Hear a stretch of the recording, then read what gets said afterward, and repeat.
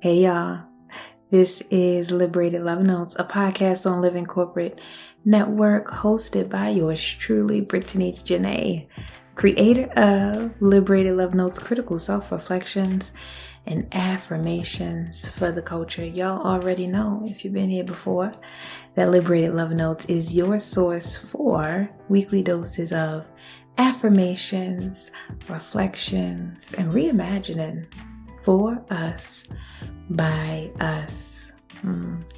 Y'all, today's episode is special. Before I get into today's episode, though, want to acknowledge that today, the day that this episode will drop, is Memorial Day.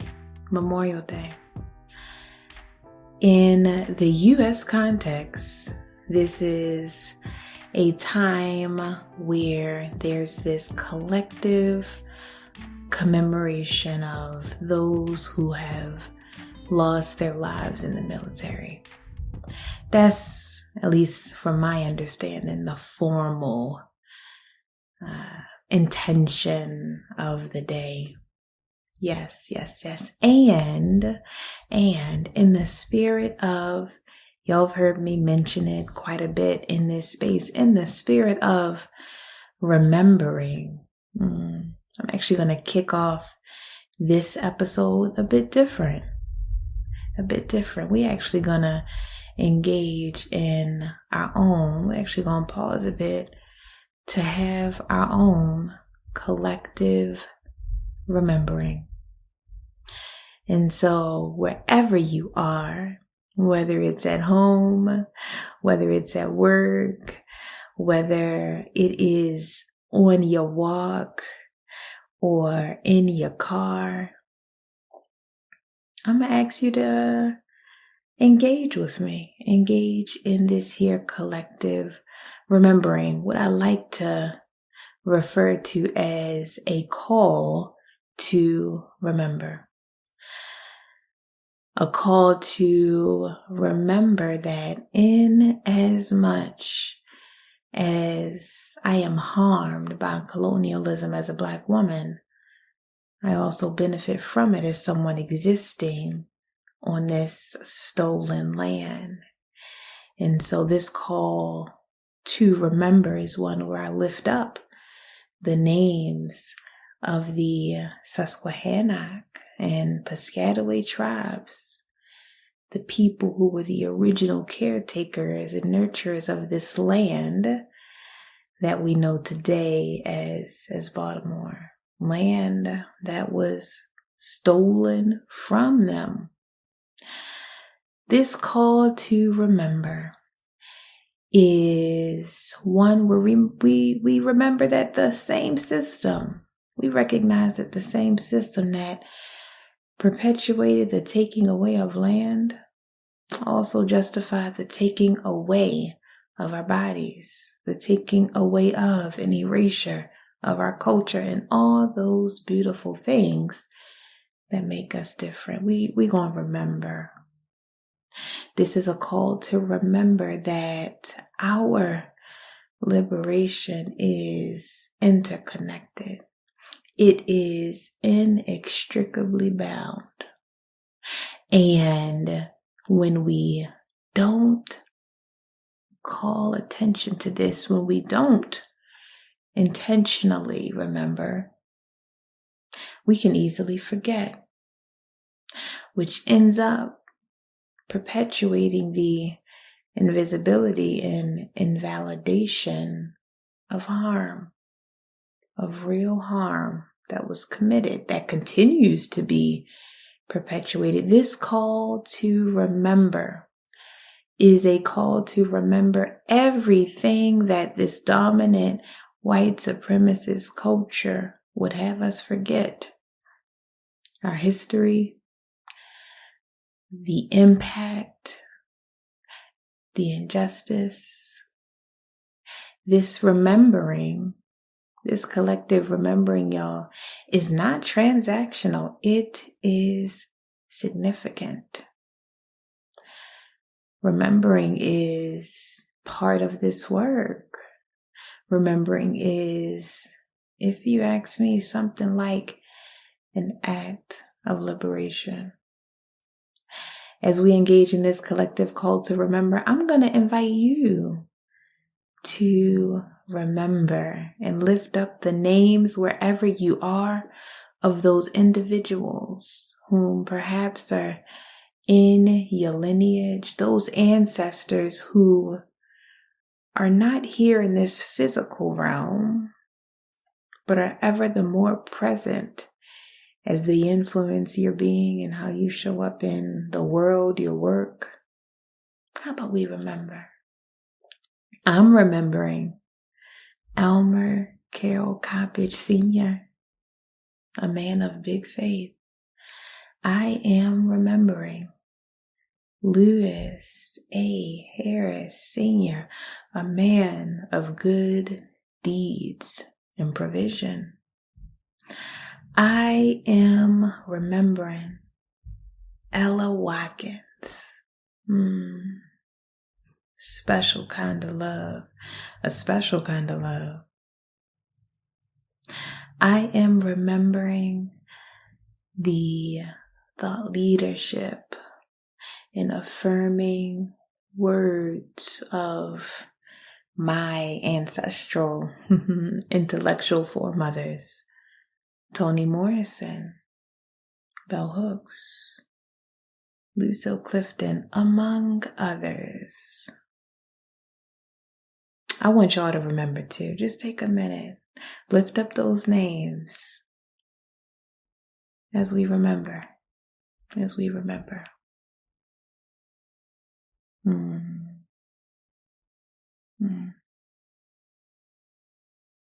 I mentioned that today's episode is something special.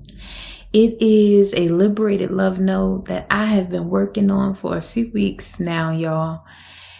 A Liberated Love Note that I have taken very seriously with such love and care. Written and certainly today articulated in the spirit of loving accountability. Loving accountability.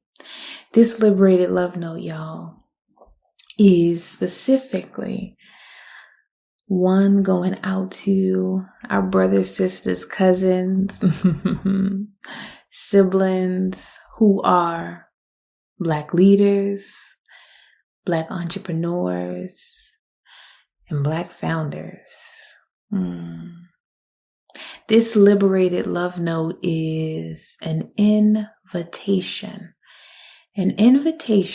to what I am referring to as a return, an invitation to return to love and liberation in the spirit of remembering. I'm actually gonna kick off this piece with a passage from Bell Hooks. Bell Hooks is Salvation, book entitled Salvation, Black People and Love. Black People and Love. And in it, she offers here, by way of quote, "It is not too late for Black people to return to love, to ask again the metaphysical questions commonly raised by Black artists and thinkers during the heyday of freedom struggles.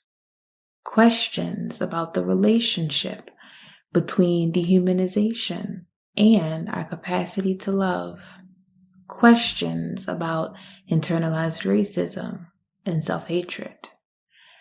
She goes on to say, "Without a sound emotional foundation, material privilege easily corrupts. Gaining access to material privilege will never satisfy needs of the spirit. Needs of the spirit can only be satisfied when we care for the soul. Our ancestors knew this. Only a politics of conversion where we return to love can save us. And so this is my Liberated Love Note to Black leaders, entrepreneurs, and founders. My invitation to return to love and liberation. Brother, sister, cousin, sibling, who is out here building, founding, creating. If I'm being real, working for a Black-owned business has always felt more pinnacle than starting my own. For me, there is something beautiful about building upon and co-evolving another Black person's legacy. Tending to the soil, nurturing what had been planted, planting a few seeds of my own along the way. In a dominant culture of individualism, hyper competition, and power hoarding, something about that felt radical, spiritual even. Something about that felt true. I think there is such a thing as creating or building in access. At one point, I felt like everybody and their mom was starting an LLC or a 501c3, a new programming or new initiative, leading to siloed, duplicative efforts and a context that valued competition over community building, a culture of hustle and grind over community care, and missed opportunities to fully imagine and operationalize what it means to be part of a broader ecosystem. Y'all, I've also observed definitions of success and growth limited to a focus on breadth and scale, otherwise known as doing the most, over depth and connection. Very practically, this looks like entrepreneurs with the best of intentions wanting to be everything to everybody, maybe prematurely scaling or taking on new work beyond institutional capacity, rather than an intentional focus on staying in one's lane or partnering with others who may be gifted in areas where we lack.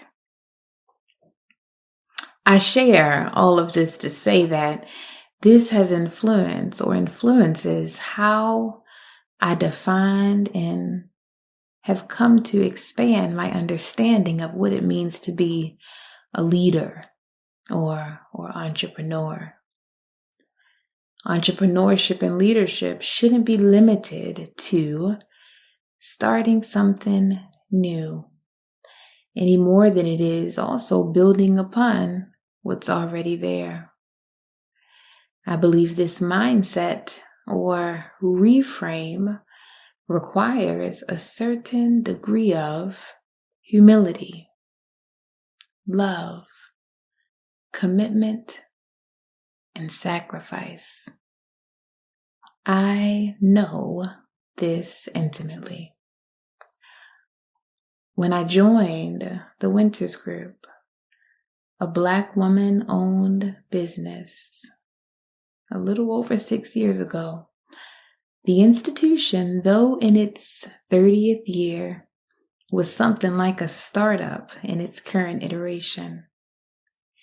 It was what I refer to as fertile ground.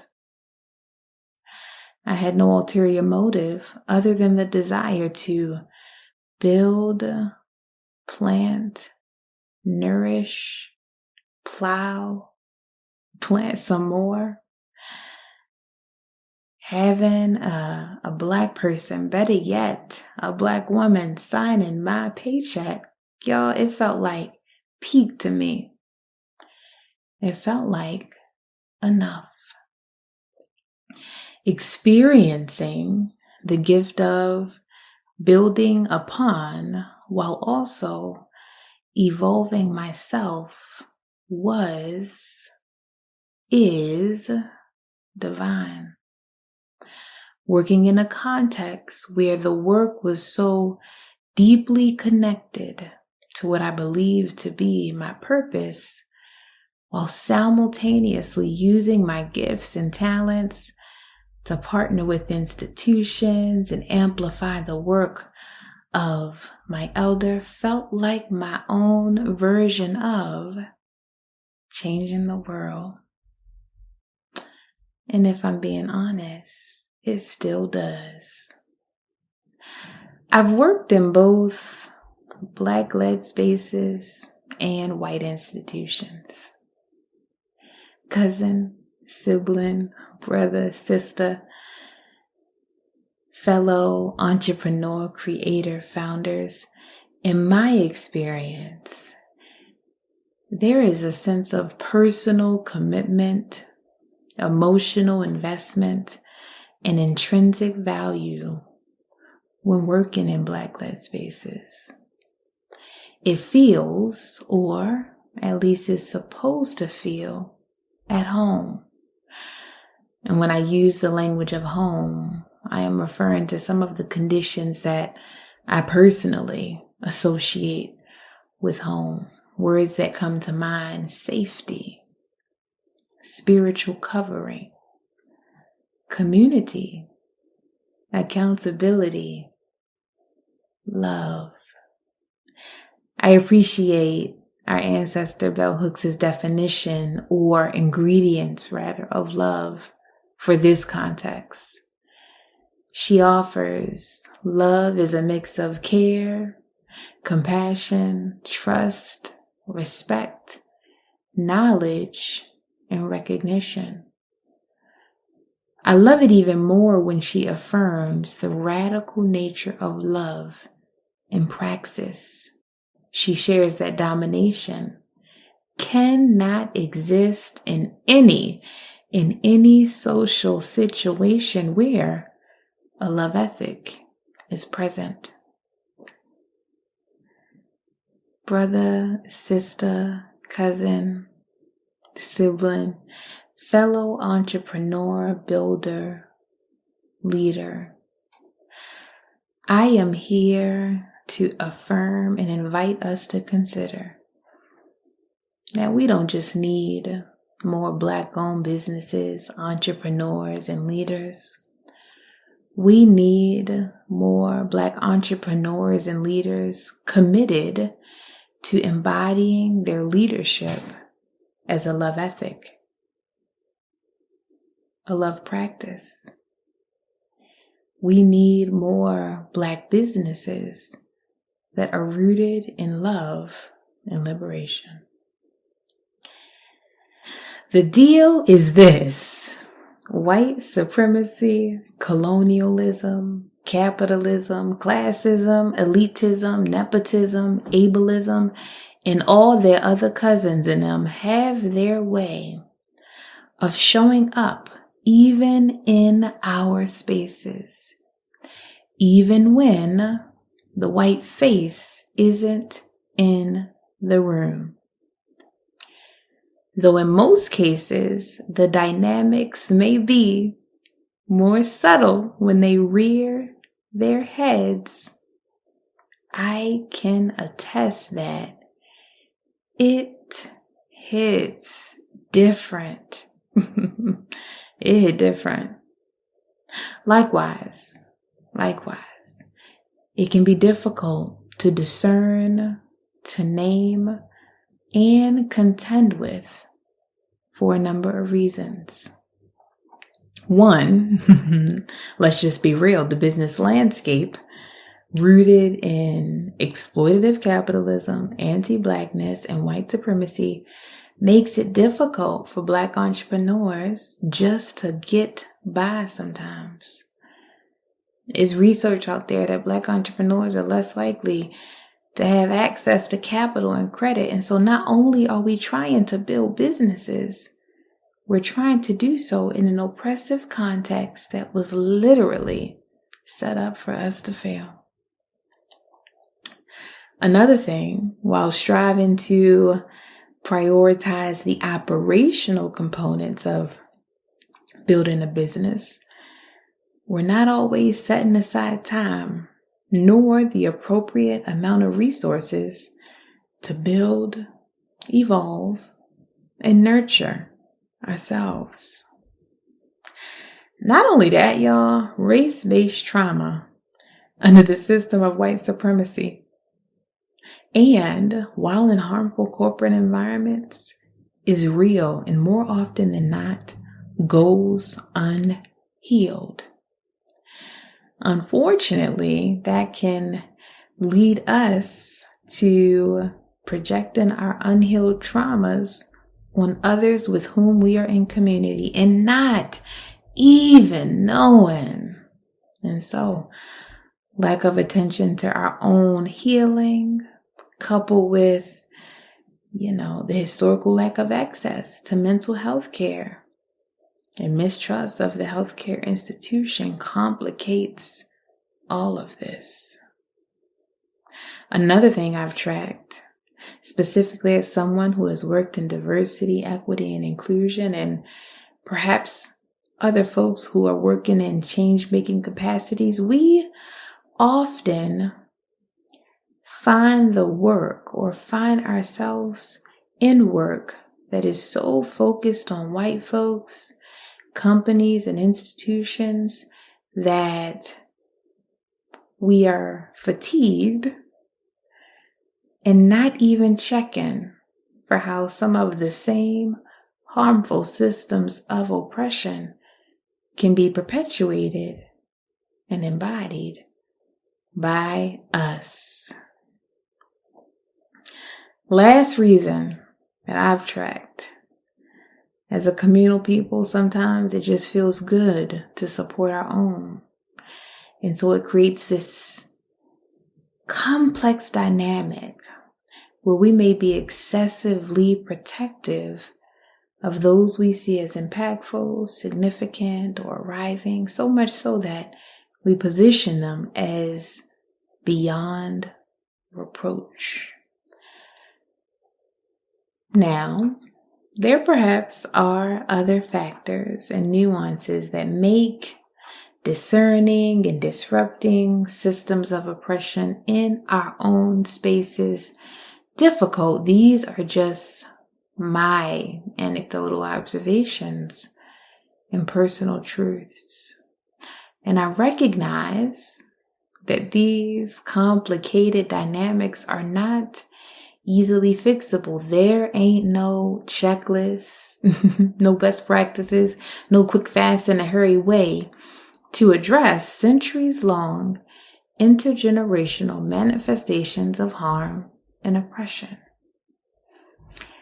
And, because y'all know I love a good and I believe with time and commitment to, I said it earlier, loving accountability, we can return.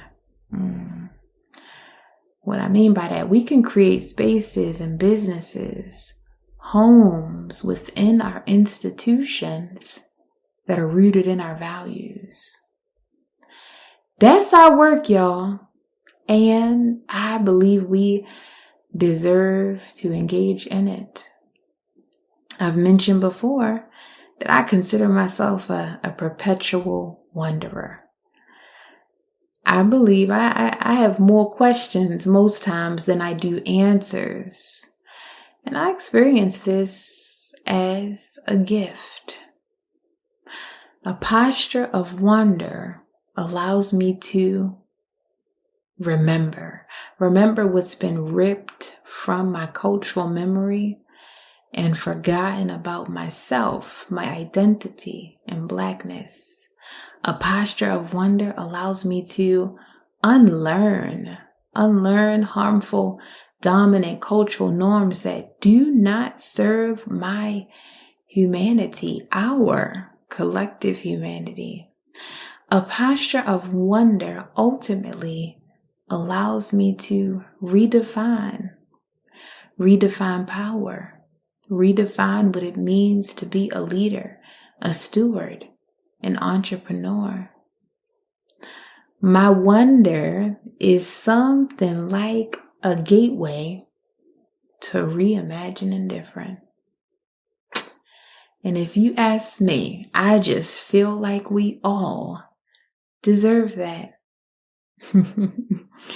And so for the folks, my fellow cousins, siblings, brothers, sisters, Black leaders, entrepreneurs, and founders who are listening and perhaps are like, okay, what all of this mean? For the folks who might appreciate a dose of pragmatism with this serving up of imagination that I'm offering here, what might this work, this remembering, this unlearning, this redefining, what might this work look like, feel like, yield in outcomes?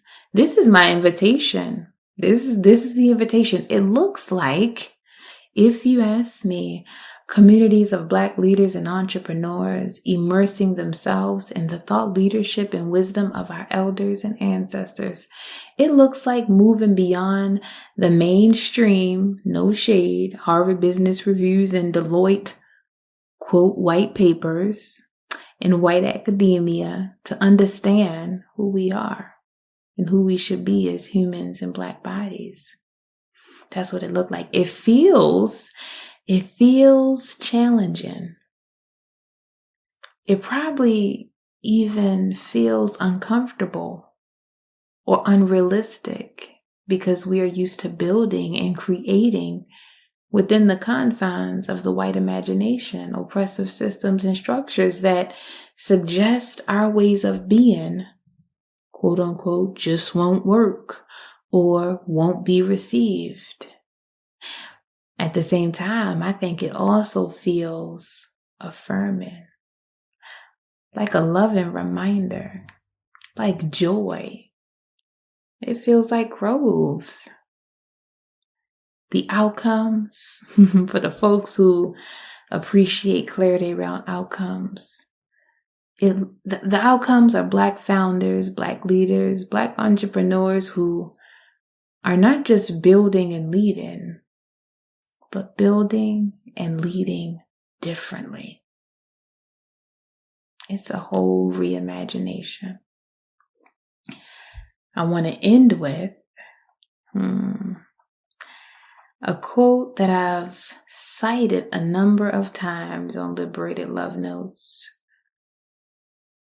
and feels timely and resonant to this Liberated Love Note. For the Master's tools will never dismantle the Master's house. They may allow us to temporarily beat him at his own game, but they will never enable us to bring about genuine change. That's Audre Lorde. Y'all, I believe we can. I believe we will.